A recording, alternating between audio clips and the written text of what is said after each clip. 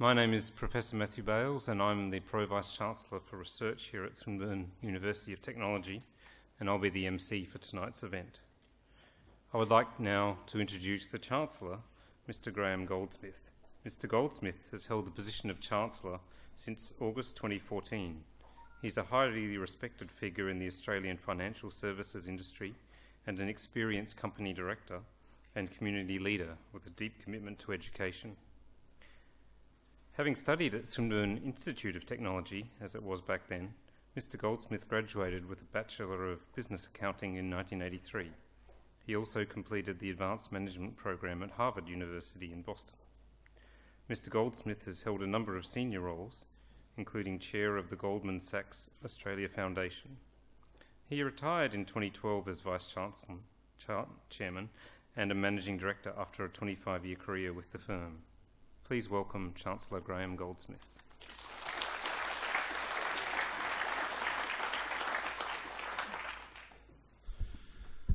Thank you very much, Matthew, and might I say, on a personal note, sincere congratulations on the recent awarding to you of an ARC Laureate Fellowship and your appointment to lead the Australian effort in the new project recently announced by Professor Stephen Hawking of Cambridge, Breakthrough Listen, the Search for Extraterrestrial Life.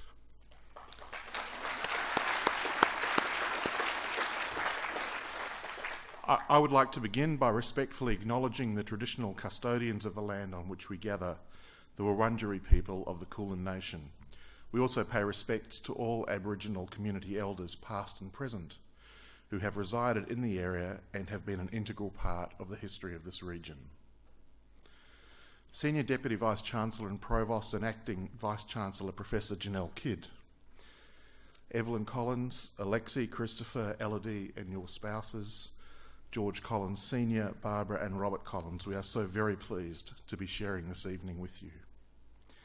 Our guest speakers, Dr. Mark Hodge, Professor Brian Schmidt, AC, and Miss Emily Petroff, thank you for your time, preparation and attendance, and I know that Matthew will introduce you formally shortly. Visiting academic and leadership staff from other universities, of which there are a number, my predecessor, former Chancellor Dr. Bill Scales, AO, past and present members of Swinburne's Council, students, staff, alumni, friends, and other distinguished guests, to all of you, welcome. Welcome to the George Collins Oration. After the untimely passing of our highly respected colleague George Collins last year, a memorial fund was set up to allow colleagues and friends to commemorate George's life and commitment to research through making a gift. Support for this endeavour across the university was very high. One of the initiatives being funded by this fund is this inaugural George Collins Oration, and it is pleasing to see all of you here attending this event this evening. While George's greatest impact at Swinburne was as a leader, supporter, mentor and guide for our research community, he was also a highly respected applied physicist who had an extremely successful career working creatively at the interface between industry and research. Whilst a humble man, his natural intelligence, good humour and enthusiasm were the key elements of his leadership style. We are very pleased to name this event in his honour and are sure he would be an eager member of this audience. It is very special to have Evelyn, George's wife, and his and Evelyn's children and spouses with us tonight, as well as his parents and brother, to in fact celebrate this recognition of someone whose passing still clearly leaves a large gap in their lives as it does ours. George loved research and inquisition, and our speakers tonight, I expect, will clearly, through their presentations, satisfy this quest for knowledge. And George loved music, and it is special that we will also celebrate this element of his life through music performances from the Collins family.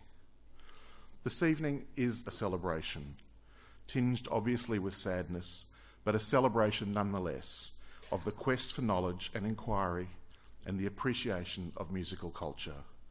Thank you for attending, and I invite you to enjoy.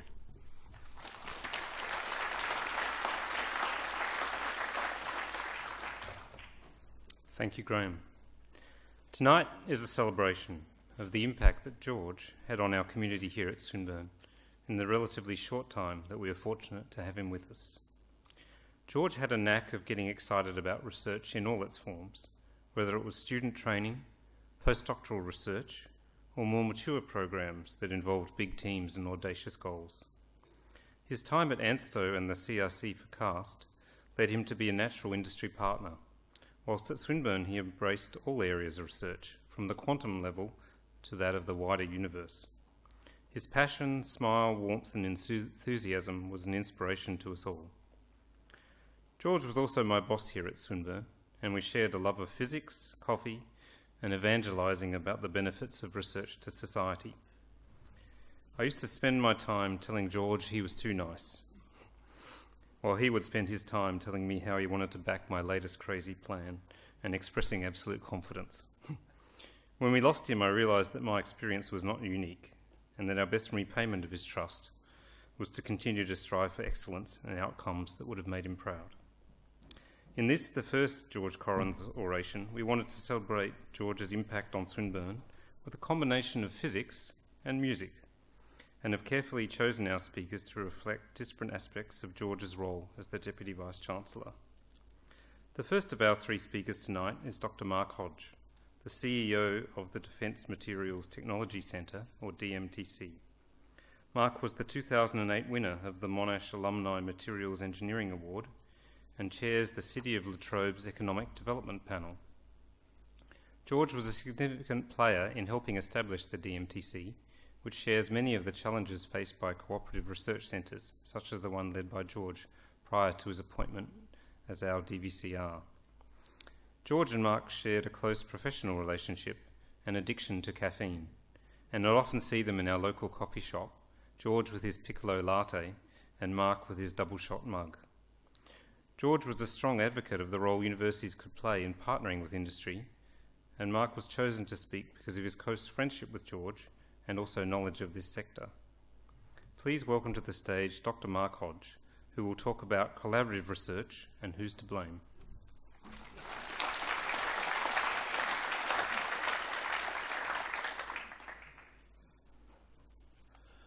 Thank you, Matthew. Graham Goldsmith, Chancellor of Swinburne University, to Professor Janelle Kidd, Senior DVC and Provost, Professor Alex Subic, DVC Research, Professor Callum Drummond, DVC Research and Innovation at RMIT, Professor Lee Astheimer, DVC at Deakin University, other distinguished guests, ladies and gentlemen, and of course, most importantly, to Evelyn, Alexi, Chris, Elodie, Robert, George Senior and Barbara, and the Collins family. And to my fellow orators, what a great honour and profound pleasure it is to be here as your warm-up act. I note that between the three of us we have one Nobel Prize, and to that I would like to add one Gippsland Little Athletics medal.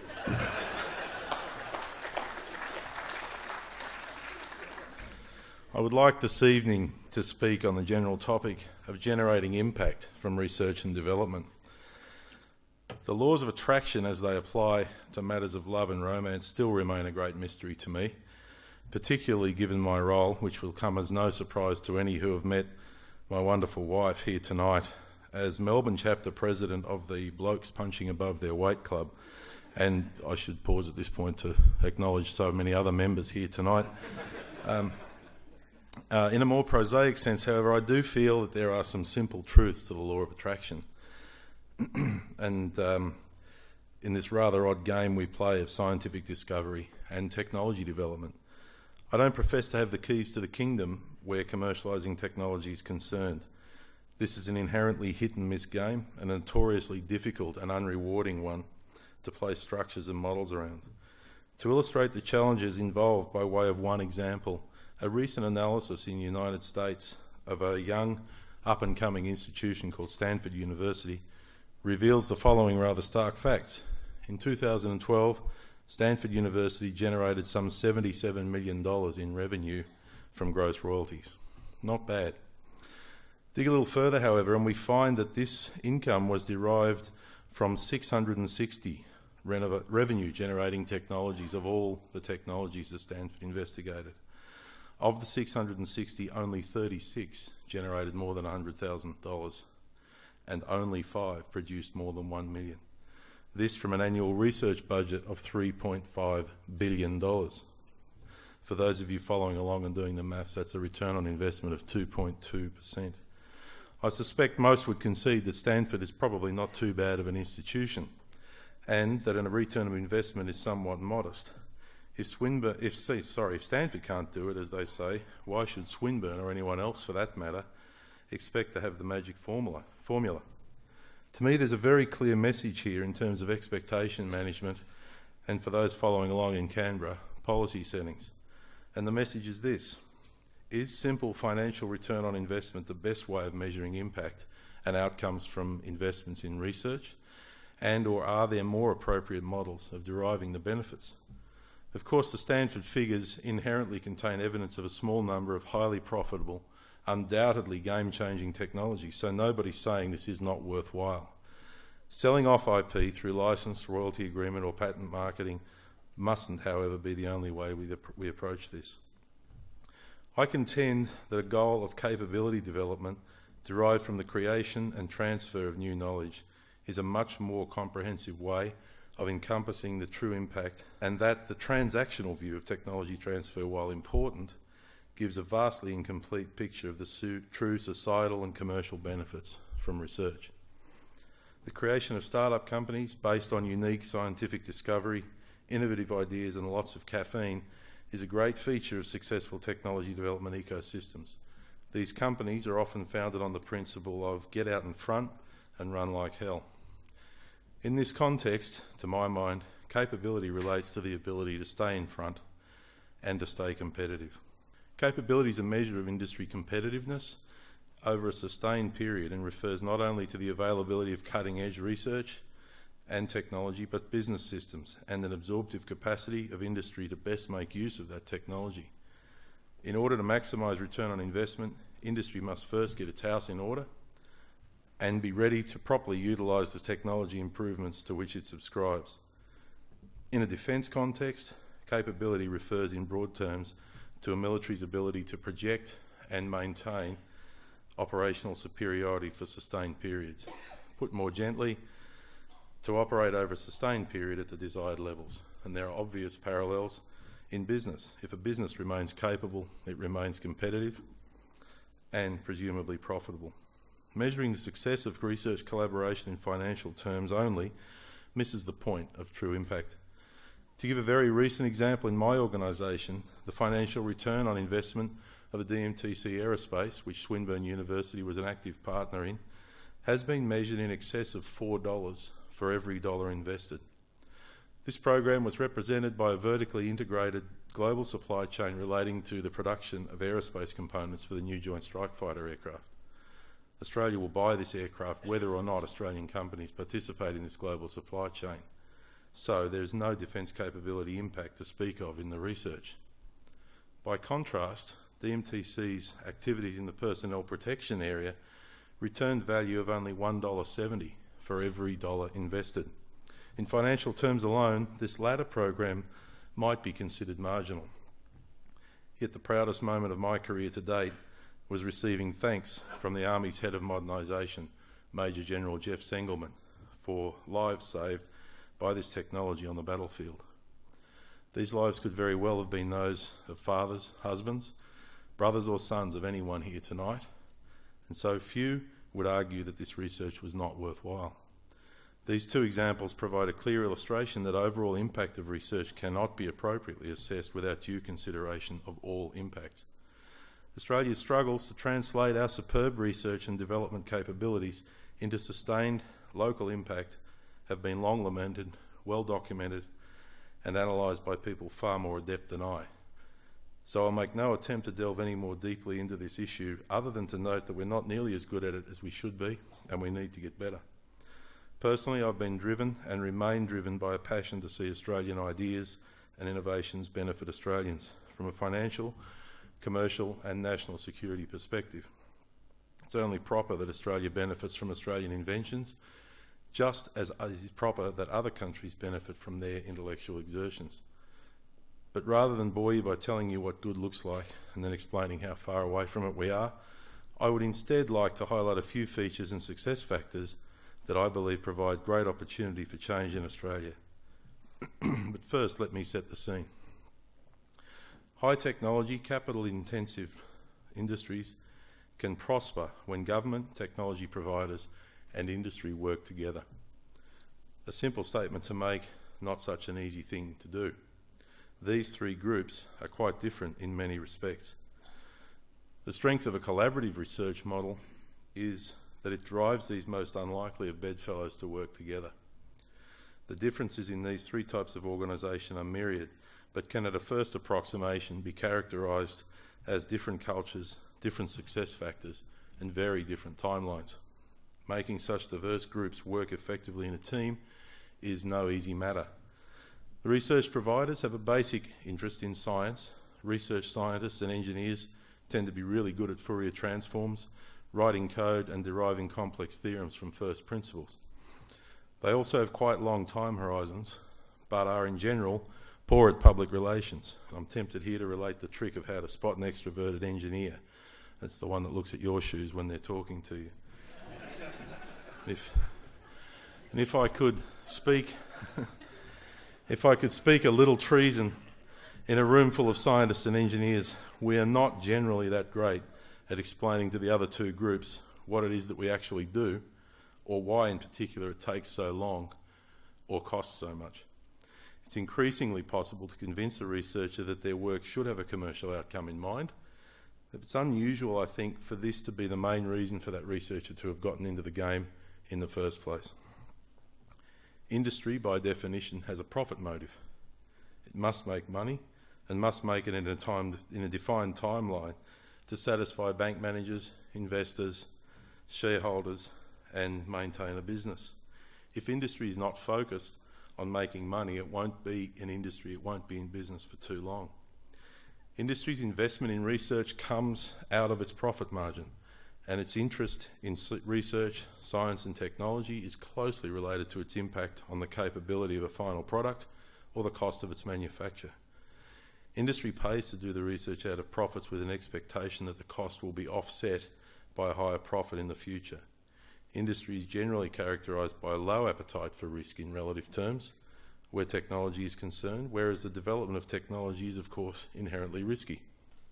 Of course, of necessity, industry is quite attuned to the need to promote itself in the marketplace, but often has a limited understanding of government unless government is its major or only market, such as in the case of defence.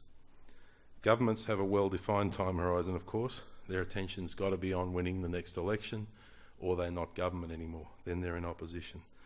Despite this, the surprising thing really is how often decisions taken by a government of one colour come to fruition under the tutelage of a government of another. So I'm not pretending collaborative research is easy.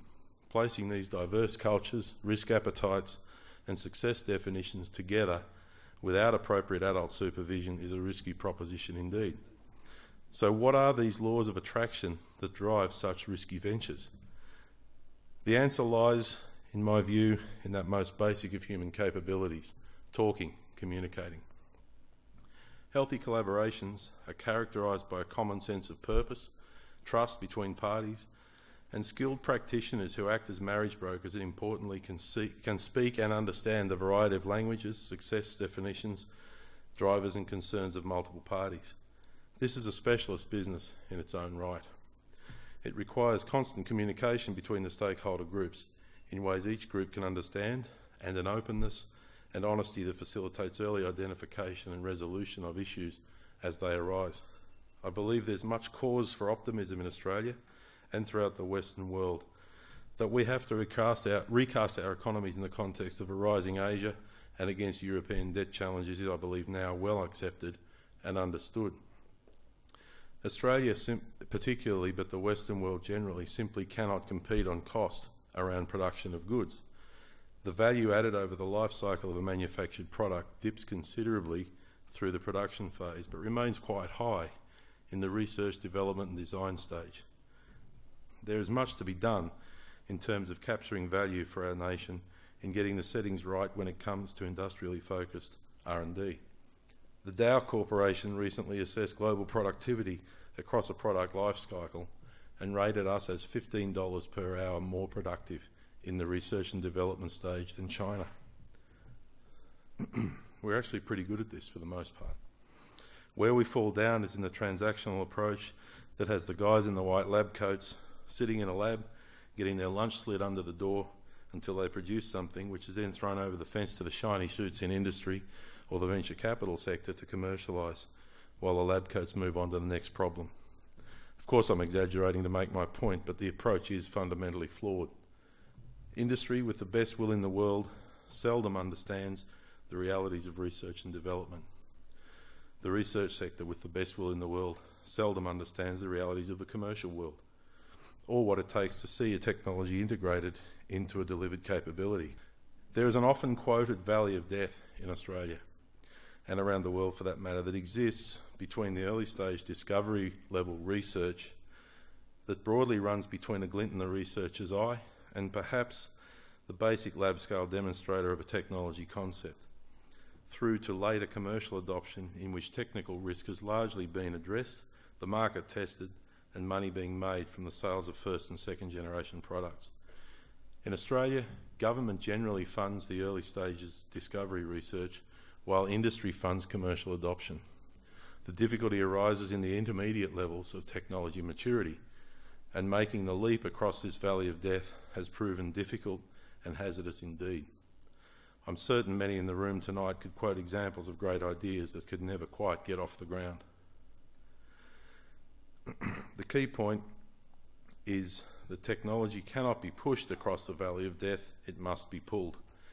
This, of course, means the involvement of an end user, and hopefully as early as possible in the research and development process. This then frames commercialisation and technology as a continuum in the research and development process, rather than as a separate stage where the risks of misinterpretation and process failure are at their highest. Collaboration between industry and research sector groups then provides a significant boost to this process. Getting industry involved in the research planning process and providing an end user or practitioner context to the technology sets everyone talking the same language from the get-go. Keeping researchers involved through the commercial phases of the cycle provides significant benefits in product improvements and shortens the time needed for productive interaction in subsequent collaborations. Track records of success grow from such interactions quite quickly. Early suspicions about lack of commercial focus on the one hand, or lack of research quality on the other, are soon forgotten as people focus together on the common enemy, the technical problem. Teams begin to self-assemble and then seek each other out to address the next challenge or issue previously thought too difficult to articulate to those weirdos in the lab coats. People look for opportunities to collaborate, understanding that a problem shared is a problem halved or quartered, and that with leverage of multiple partners, $1 of research investment can quickly turn into 3, 4, or frequently into more dollars of effort. Trust emerges.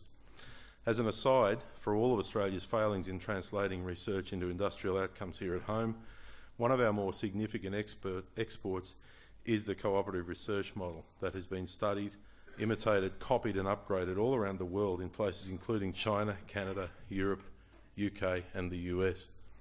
So collaboration between these strange bedfellows can and does work, but who are we to blame for such heresy? The shorter answer is people who focus on why things can be done, rather than why they can't. People who focus on relationships and trust, rather than reimbursement and point scoring.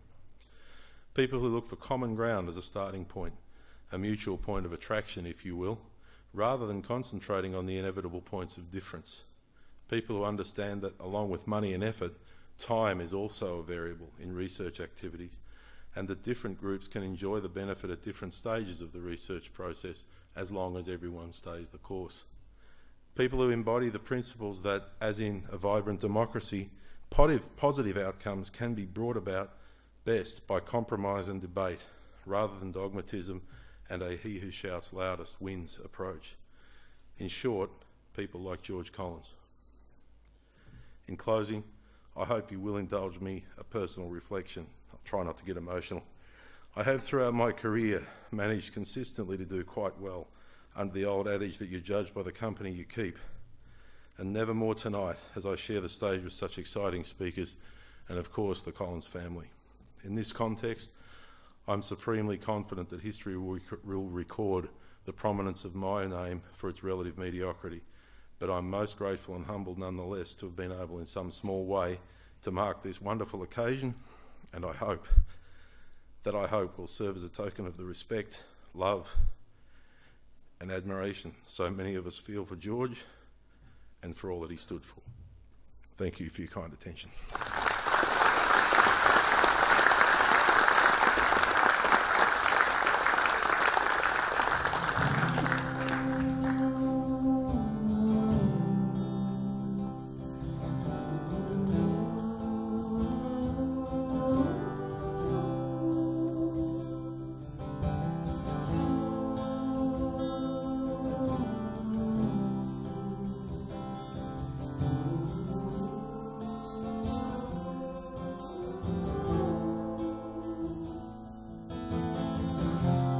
Changes blooming, get off the chair and start again.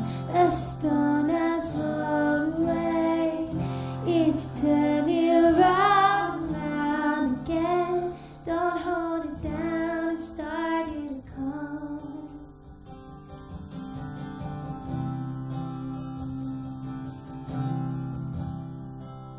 The morning is finally come.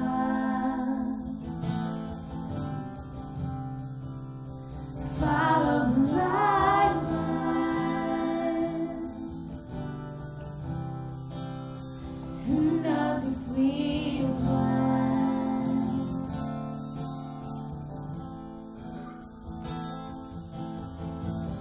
This night is getting me. My hands are wondering whether the stone has rolled away. It's turning around and round again. Don't hold it down, it's starting to come.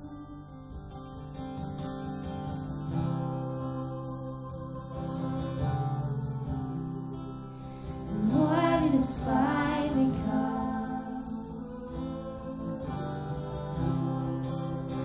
Follow the light line. Who knows if we won?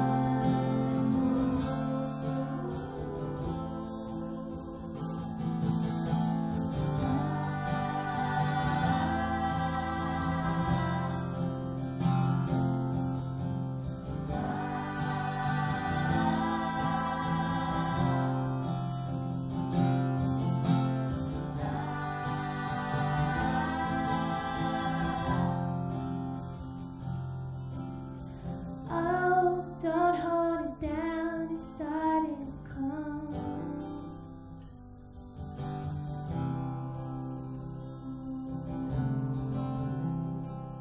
The morning is finally come.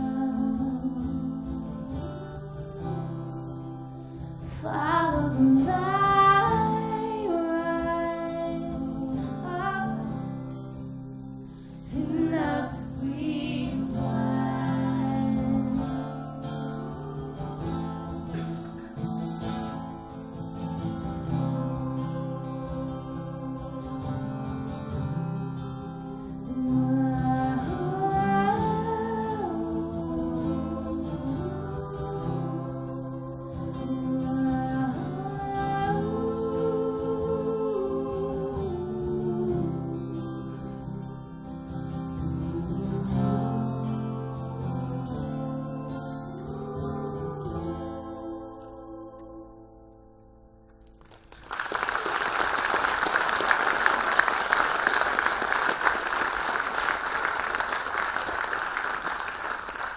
Thank you, Mark.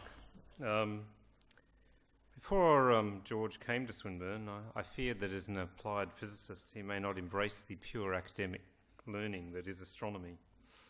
But I soon discovered that it had been taught by Bernie Mills, a famous astronomer at the University of Sydney, and he became a great supporter of the research being undertaken at the Centre for Astrophysics and Supercomputing here. He helped sign on the dotted line for our first IMAX film.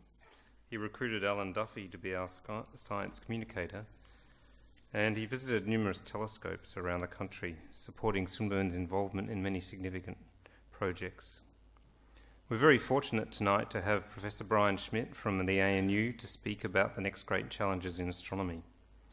Brian won the 2011 Nobel Prize in Physics for his discovery of the accelerating universe, and is the Vice-Chancellor-elect of the Australian National University, replacing our own former VC, Ian Young, in that role.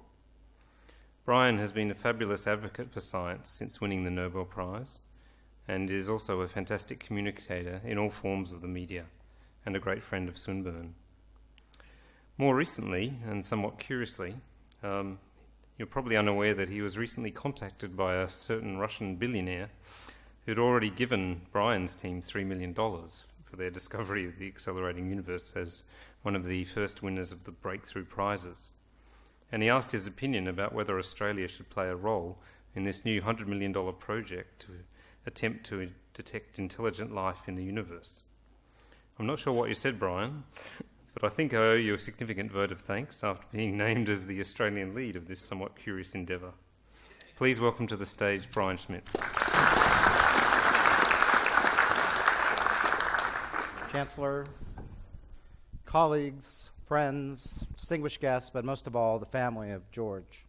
It is a great honor to be able to talk to you about some of the excitement that George saw in science, which George saw here at Swinburne, and helping develop Swinburne today to be one of the great departments in the world undertaking science of astronomy. So today I'm going to talk about three big, grand questions of astronomy. It's not that there are only three. Actually, right after me, one of the young, upcoming superstars being trained here at Swinburne is going to talk about another problem. And there are other problems beyond that. Astronomy is still a frontier subject, one of the reasons it's so exciting. We always say there's much more that we don't know than what we do know in astronomy today. So, what are the three questions I'm going to talk about? So, three big questions for us are, what do planets look like beyond our own solar system? What is the life history of the universe? And what is this stuff, dark matter and dark energy, we always talk about? Now, I'm not going to answer these questions today. These are the questions for the future. And that's what I love about astronomy, is our future is the future, it's not the past. To understand the future, we need to understand the past. When I arrived in Australia in 1994, there were exactly 0 exoplanets known. This is the list today, 1,935 planets in 1,225 planetary systems. People around the world are making this area explode. I'm doing my little bit at Mount Stromlo with other Australians. These 2 of the last 4 we've helped discover, but it's a tip of the iceberg of some of the things that we're going to talk about. To understand how we find planets, let's think a little bit about physics. Every atom has a fingerprint of light. And that fingerprint of light we spread out into a spectrum, the colors of the rainbow. And we do that, we can identify what, for example, the sun is made out of. And it turns out the sun is made up of every single stable element that we know of. And so we can identify that with those very precise measurements of color. And those very precise measurements of colors do not just tell us what the stars are made out of, but they can also tell us the motions of stars. So, for example, when the Earth goes around the sun, the Earth goes around 30 kilometers per second, so very quickly around the sun. The sun, which is 1,000,000 times more massive, does a little circle, 1,000,000 times slower. And so due to the Doppler shift, the light, those colors shift back and forth, red and blue. Red going away, blue coming towards. And with current equipment here in Australia and around the world, here is a spectrograph on the AAT up near Coonabarabran, we are able to measure the velocities of distant stars at the rate of about a half a meter per second. This is about a half a meter per second. Imagine we can be looking things trillions upon trillions of kilometers away, and we can measure walking speed. We're probably getting to the point where we can even do sort of, this fast. That's about where the limit starts creeping in. So we have this amazing technology to find planets. But it's not the only way we find planets. Another way we find planets is the way that Australia was essentially the thing that pointed towards Australia being explored by Captain Cook. The transit of Venus. A planet goes in front of a sun. And when it does it, it dims the star by a small amount, 1 part in 10,000. But with modern telescopes in space and on the ground, we're able to look for those tiny little divots. The Kepler telescope has been working on this project for the last 5 years or so, and it has found a remarkable number of planets. Thousands. Here's what it's found thus far, just announced in the last few days. Here we plot how long it takes, what the year is, 1 day to 1,000 days, remembering Earth's 365, and the radius relative to Earth. Now, this doesn't show what the star is that the planet is orbiting, but they announced Earth 2.0 a few days ago. A star down here, 385 days, that was just a little bigger than Earth. Prime real estate, possibly for humanity.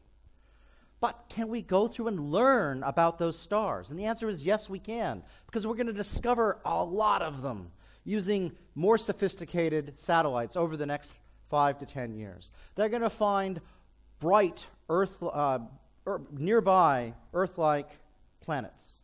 And then with the next generation of telescopes, we're going to be able to essentially do an experiment. This is Venus in front of our sun. It's not been photoshopped. It's a real picture. Look at the rim. There's a little white light color. That's light refracting through the atmosphere of Venus. When it does that, it picks up the fingerprint of what's in Venus's atmosphere. That we're going to be able to do for Earth-like planets around nearby stars. And when we do that, who knows what we're going to see? But we might see, for example, oxygen. Why is oxygen important? Well, oxygen is the stuff of life, literally. The reason why our atmosphere is about 20% oxygen is because life made the oxygen. Our planet would not have the oxygen in large quantities without life. And of course, there are other signatures. This experiment is going to happen in the near future because we're building the next generation of telescopes. Australia's partners in the giant Magellan telescope, a telescope 25 meters across. The Europeans are building a 40-meter telescope, a 39-meter telescope. These new facilities are going to have the power to look for the signatures of life around nearby planets. All right, so what's the life history of the universe? Question number 2. Well, I need to go through a little bit of background here. In 1929, Edwin Hubble became a very famous person when he did this diagram. This diagram plotted for galaxies how bright their stars were. Fainter stars meant a long ways away. And their redshift measured from the Doppler shift, or at least he thought it was the Doppler shift. Turns out it was the expansion of space, as I'll show you. And he saw that the further an object was, the faster it was moving. And from that, he announced to the world in 1929, the universe is expanding. Why did he say that? Well, let's do a little cartoon of the universe. And I should say, Swinburne has done almost all of these animations. We work very collaboratively here in Australia, and I've been giving talks around the world, and I essentially use everything from Swinburne. So thank you very much, Matthew, for that group. So, Hubble's law. I've just expanded the universe. Now let's overlay before and after. What do we see? We see nearby objects have moved a little bit. Distant objects have moved a lot. The further away as you've expanded the universe, the more the motion. Just what Hubble saw. And when the universe is expanding, it doesn't matter where you are. Everyone in the universe sees the same thing. The further away, the more the motion. Okay. So when I arrived in Australia in 1994, we did an experiment. We looked at that expansion like Hubble did, but we looked back in time. We looked back billions of years. So we compared how fast the universe was expanding in the past to the present. And what we expected was that the universe would be slowing down, and the heavier the universe is, the more the gravity, the more the slowing down. Easy experiment. Except for when we did the experiment, we got the wrong answer, as I'll show you. One thing to think about is when the universe is expanding, it has an inevitable beginning. A beginning that is the Big Bang. If things are expanding, that means in the past they were closer. And further in the past, closer and closer and closer. There is an inevitability of the Big Bang if the universe is expanding. And when the universe is smaller, it's hotter and it's denser. So if we go back and use a telescope to look back in time to a small piece of sky, much smaller than the moon, we are looking back in this image 13 billion years. Many of the people here at Swinburne are some of the leaders in understanding this part of the universe. And so you're looking back to galaxies that occurred way before the Earth was formed. So this is the childhood of the universe. And we sort of understand that. But if we go before, there was a time when this is what the universe looked like. And if you can't see anything there, that's because you can't see anything. The universe had a beginning. Before this, we can see it, it turns out. It was so hot, it was glowing like the sun. So this is an image when the universe was a mere 380,000 years old.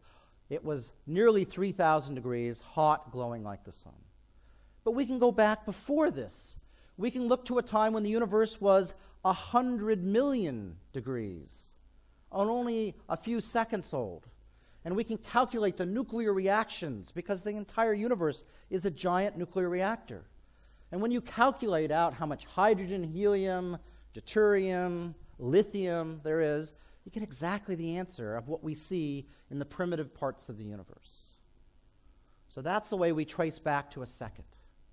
So the universe was born with hydrogen and helium, but not the stuff we're made out of. No carbon, no oxygen, no iron in the chairs that you're sitting in.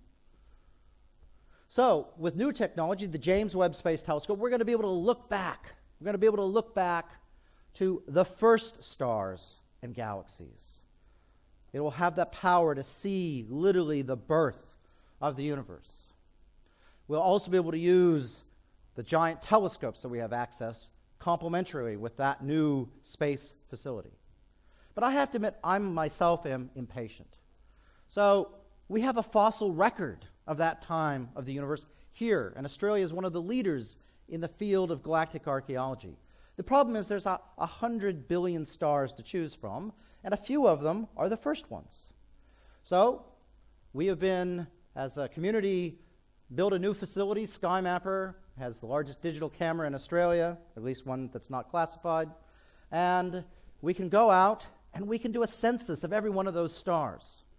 And when we do this, we can judge how hot they are, how far away they are, and what they're made out of. And one of the objects that we have found is the most primitive star. A star, and here's the fingerprint of iron. This star has no iron whatsoever. It's the only star that's been discovered that has no iron. Now, it does have calcium, it does have carbon, and it does have small amounts of magnesium. We think this star was created from the ashes of one of the first stars. And so, we're at the beginning of this. We hope to find a lot of these. A story yet to unfold. Now, I told you that this is what the universe looked like when it was 10 million years old. I lied. That's what it looks like to us. But if you have optical, that's through optical eyes. If you have radio vision, we think it looked like that. Why? Because cold hydrogen emits a radio wave. And it turns out that atoms with their protons and electrons have spin, and when they disalign, you get a little radio wave that comes out at 1.4 gigahertz. So we can go through and we can, if you're on the right site, 1.4 gigahertz turns out to be, by the time it gets to the Earth, right in the middle of the FM radio bands. And so we can go to a place that literally has no FM radio stations, the far west. So this is the Murchison Wide Field Array that Australia, many of the universities and CSIRO are building. And we can see this new capability to look back to that era where we can see the hydrogen that's left over from the Big Bang. And that hydrogen, when it's cold, emits radio waves. When it starts getting heated up by stars, then it disappears. And so we'll see a universe go from being a piece of cheddar to a piece of Swiss cheese, and eventually you won't see that hydrogen at all. Of course, this is a precursor to what we hope will be a magnificent multi-billion-dollar international facility, the Square Kilometer Array. So, what is the stuff we call dark matter and dark energy? Well, I'm not going to give you an answer on this stuff, but what's dark matter and dark energy? This is the experiment I told you of earlier, where we look back in the past and we compare distances and expansion from the past to the present. So these are, on this side, the present, and then the past. And what we see here is that the universe was expanding slower in the past and is sped up. And that indicates that gravity is pushing rather than pulling. Einstein gave us what we need. He called it the cosmological constant. We call it dark energy. Energy that's part of space makes gravity push rather than pull. But we need a lot of it. Now, we can also go out and measure the universe using, for example, maps that we've done here in Australia of the universe. And we can measure how much gravity there is. We can go to the early universe, to that picture when the universe was hot. And that universe there is a picture right after the Big Bang. We're seeing sound waves splash around the universe. And when you, for example, throw a rock into a pond, then the splash marks, well, they depend on what the pond's made out of. And so we can actually see what the universe is made up of with this experiment. Turns out the Big Bang threw a bunch of gravel into the universe. We see the waves shimmer around, and then we look at what the universe looks like compared to our physical models. And you get an amazingly precise answer. We put this all together, what do we find? Well, we find the universe is 5% the stuff we're made out of, atoms, 95% dark energy, dark matter. And it's from all of these experiments. So what's dark matter? Well, we don't really know. We think it has gravity, just like atoms, but it's invisible because it can pass right through itself and everything else. It's probably passing through us right now. So in this very famous image called the bullet cluster, we can actually see two big clumps of galaxies crash through each other. The atoms collide, get left in the center, and the dark matter, which we can see from its gravity, goes right through, just as expected. So I don't know what this is going to be, but we're trying many ways. We might be able to, if it's a particle, create it in the Large Hadron Collider. We might be able to detect it in a mine. For example, we're putting an experiment in Victoria. Or it might sometimes collide with itself and create an astrophysical signal. These are experiments that are happening now that we hope will tell us what dark matter is. Dark energy? Well, the only tool we can do is really see what the universe is doing back in time. So Australia is using its facilities and working with a facility in Chile to map back the expansion in time. Here in Swinburne, you guys have led an experiment to take the sound waves and map them out in the galaxies of today. These allow us to make much more precise measurements of what the universe is doing in time. And so the question is, does dark energy get created exactly as space is created as the universe expands? And that means, is it accelerating the universe as Einstein suggested it would? At this point, Einstein seems right, but time will tell. There are huge experiments being done right now. So what's our future? Well, our sun's nuclear reactor is getting stronger and stronger, and in about 500 million years, it's not going to be very pleasant to live on Earth because it's going to be too hot. This is the serious form of global warming, not 5 to 10 degrees. This is 50 degrees. So our future is doomed. That's why it's good for us astronomers to be out finding the next place to go. But compared to our sun, the actual future of the universe is maybe even more dire. Why? Because dark energy dominates the universe. And the more the universe expands, the more dark energy dominates the universe. Eventually, the universe will be expanding even faster than light can travel through it. Meaning as light tries to travel from different parts of the universe in the future, it won't get to us. We will look out and we will see a universe of darkness, no galaxies. Our own galaxy will stay put. That's another talk. We won't talk about that today. But the rest of the universe, the really interesting part, that disappears. We become the world's most boring place. So unless that dark energy somehow disappears, the universe will expand at an ever-increasing rate and fade away, meaning that myself and my colleagues here at Swinburne will be unemployed. Thank you very much.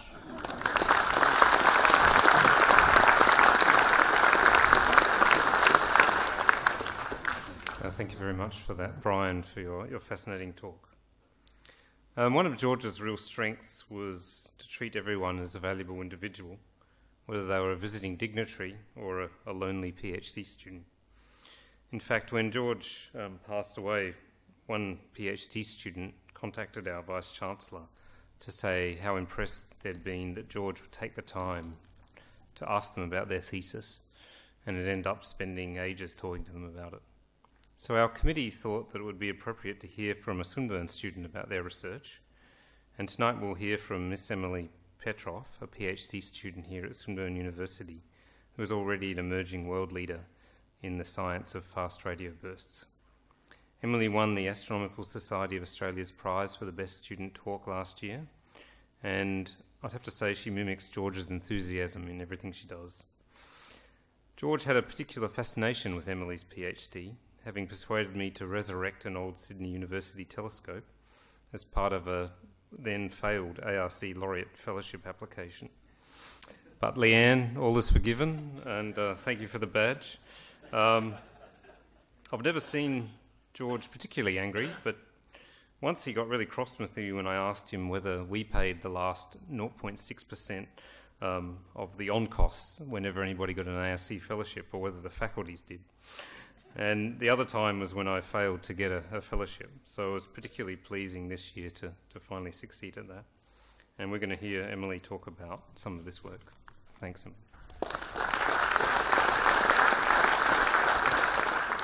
It's wonderful to be here tonight. Thank you so much for having me. It's such an honor to be speaking at a place where we're honoring George Collins. And I'm really excited to be here, so thank you. Tonight, I'm going to talk to you about my research, specifically at the Center for Astrophysics and Supercomputing here at Swinburne, where I'm a PhD student working with Matthew. And I'm going to tell you about the work that we've been doing over the past couple of years about a type of transient, a type of radio transient, so specifically radio astronomy in the blink of an eye. So when we think about the universe and the things that happen in it, things like the formation of planets in a solar system, as Brian talked about, or the collision of two galaxies somewhere in the universe, or the lifetime of every single galaxy that we know of. All of these things take place on timescales of millions and billions of years.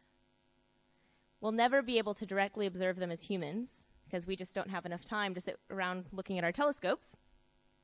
But there are some objects out there that we can observe. Things like the explosion of a star, or the collision of two stars somewhere that orbit each other and collide. These are the types of things that we can observe. They happen on timescales of days and minutes. But one of the things that I'm really interested in is, what are the fastest events in the universe? What are the fastest things that we can directly observe with our telescopes? And a new contender for that title came on the scene in 2007 with the discovery of fast radio bursts. So the first fast radio burst was discovered in data from the Parkes radio telescope in 2007. Actually, the data had been taken in 2001, but it was looked through again 6 years later just to make sure nothing had been overlooked, and this wonderful and very unique object popped out. So radio light isn't like the light we can see with our eyes, as Brian explained. It has a much lower energy and a much longer wavelength. So we need big parabolic dishes, like the Parkes radio telescope, to observe it. And this particular burst, which was discovered with Parkes, was very exciting for a number of reasons. First of all, it was extremely bright. Extremely bright. And it was very, very short. How short? It only lasted 5 milliseconds. So the human eye takes about 1/10 of a second to blink. So this burst actually happened 100 times faster than the blink of a human eye. And this was kind of an anomaly. So the position where the burst had happened was observed again and again, and nothing was seen. So it happened once and never again, and there's only one of them that had been known. So nothing like it had been seen before, or until recently, since. But in 2013, just 2 years ago, a new paper was published, including the team here at Swinburne, detailing the discovery of 4 new fast radio bursts. So this one event from 2007 was no longer alone. This was an emerging population of these bright, short, highly energetic bursts coming from we don't know where. So this is very exciting for the astronomical community, and for us here at Swinburne in particular, because all of these bursts had been found with the Parkes telescope, which we use quite a lot. So, all right, I've told you about discovering fast radio bursts. Well, what are they? This is what I'm supposed to be answering tonight, right? So what are fast radio bursts? Well, the short answer is that we don't know. Sorry. We don't know exactly where they're coming from. We don't know exactly what causes them. But based on our observations, they appear to be coming from very far away. So all of the fast radio bursts that we have observed appear to be coming from distant galaxies, galaxies up to halfway across the known universe. So this kind of gives a new meaning to a long time ago in a galaxy far, far away, right? But if we're still seeing these things, and they're coming from these faraway galaxies, something extremely energetic has to be responsible. So to produce something that we can see from that far away, you need a lot of energy. In fact, we estimate that each one of these fast radio bursts produces more energy in a millisecond than the sun does in an entire day. So these are very, very extreme events. But what types of things might be causing these extreme events? Well, there are a lot of theories out there, I can tell you that much. I'll tell you a bit about 2 of those theories. The first one is that you have 2 very compact stars called neutron stars. And these 2 neutron stars orbit each other, and they lose energy in their orbit and slowly get closer and closer together. At the very end, they collide and form a larger star or black hole. It's estimated that this final collision takes about a millisecond. So this might be the source of our mystery bursts, since this collision would produce quite a lot of energy.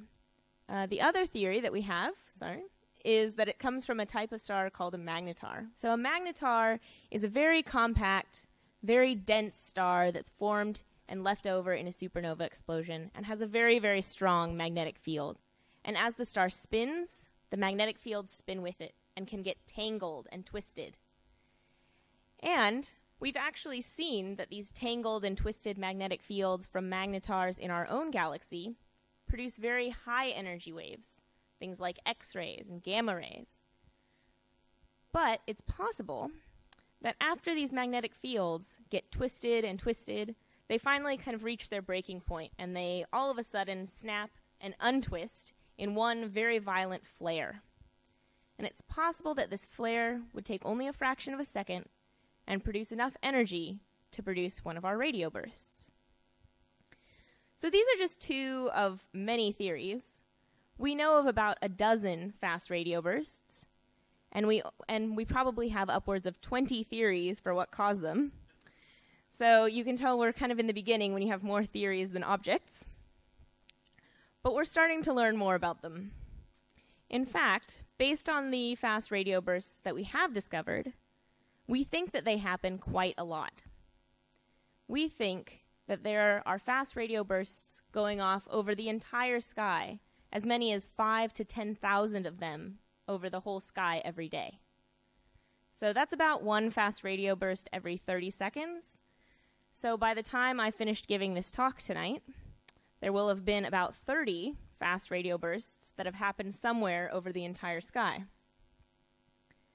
But I mentioned that we only know of about a dozen. So why so few if they happen so often?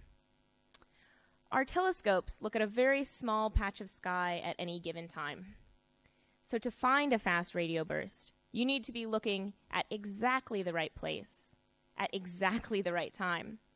If you're even a millisecond too late, you'll miss it forever.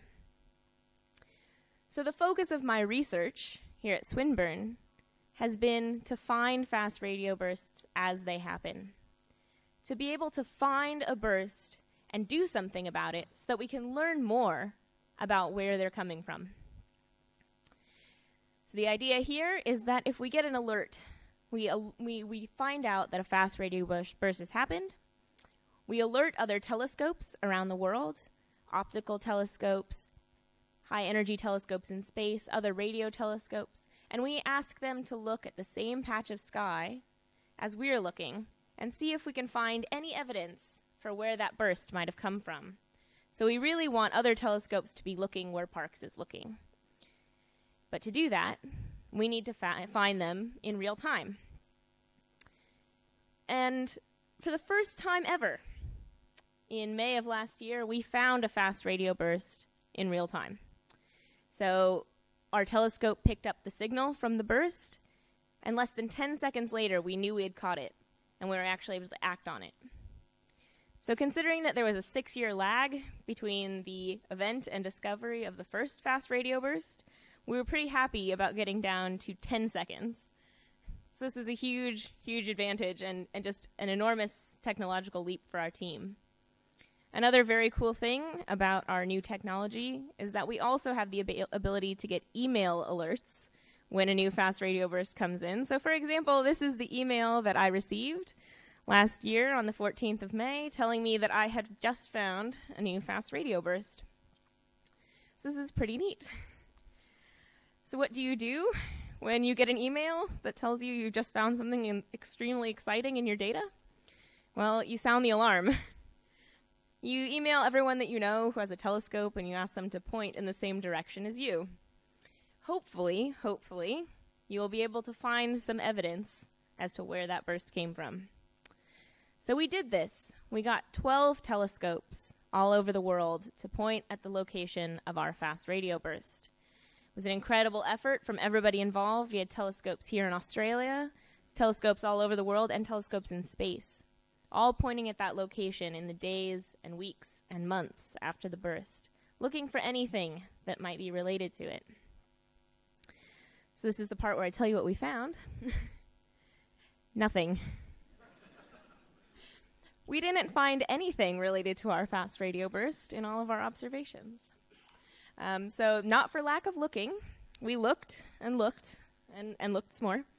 And we trained all our telescopes on the position of the burst, which was in the direction of this constellation Aquarius. But we didn't see anything. So, to be fair, this was our first time doing something like this, so we're still working on perfecting those techniques. But the data that we did get already gave us some good clues for what the burst can't be. So we've already ruled out some of those many theories that I told you about before. We're really starting to hone in on this and get some answers.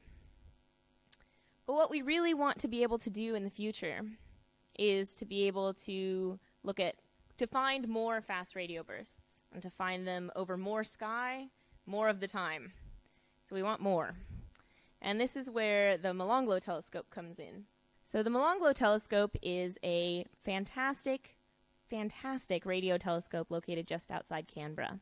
It's over a mile long, and it is perfect for what we want to do to detect fast radio bursts. It's currently being refurbished by the team at Swinburne in conjunction with the folks at University of Sydney. And when it's fully operational, the Molonglo telescope will probably be able to detect about one fast radio burst every week or more. So that's already 10 times better than any telescope currently in operation on Earth.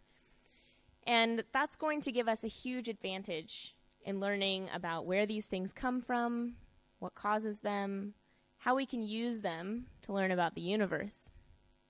And hopefully, all of the fast radio bursts that we find with Molonglo will be found in real time. So ultimately, we want to combine the power of the Molonglo telescope with the power of the Parkes telescope and be able to learn as much as we can about where these mysterious, powerful bursts are coming from. I really wish I could end this talk on a very positive note, saying that we've solved everything and we know where they're coming from and, we don't have to do any work anymore. I can hand in my thesis tomorrow. But I unfortunately cannot do that. But I am very hopeful. I'm hopeful that in a year's time, I or someone else from our team would be able to stand in front of you and give you many more answers than I'm able to give you tonight. Because I really think that we're on the verge of understanding where these are coming from and being able to do some very interesting science here at Swinburne. So I'll conclude by saying that we're trying the best we can. I think that we're going to find more in the near future, especially with this fantastic telescope coming online. So with a little time and with a little luck, we'll solve the mystery. Thank you.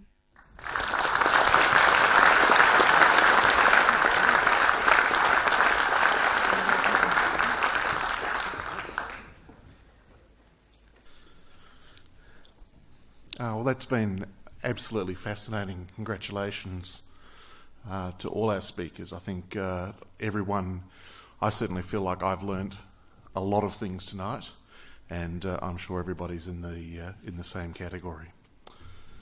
We'd like to close this event by inviting Evelyn, Chris, Alexi and Elodie up, and we'd like to unveil a plaque, not the Parkes telescope, a plaque,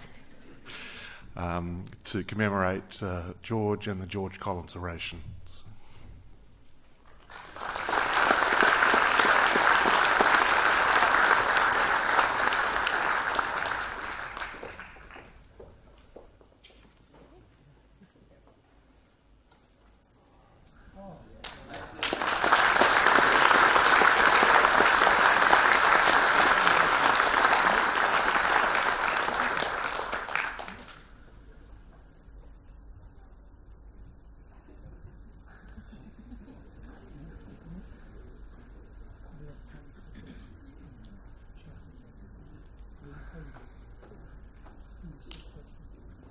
I'd like to invite our MC, Professor Matthew Bales, to close the evening.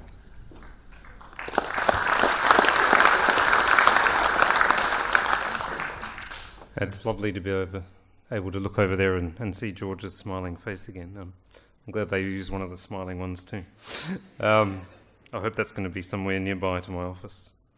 So I'd like to add my thanks to all of our speakers and also to the committee that helped me put together the program.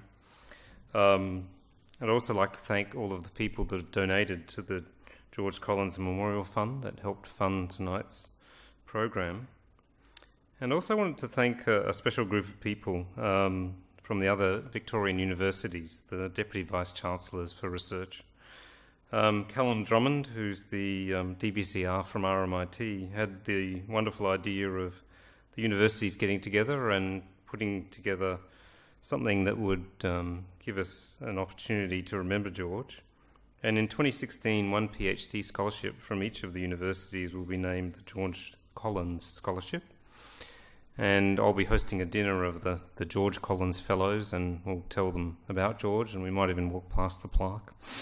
So that'll give me great pleasure to do that.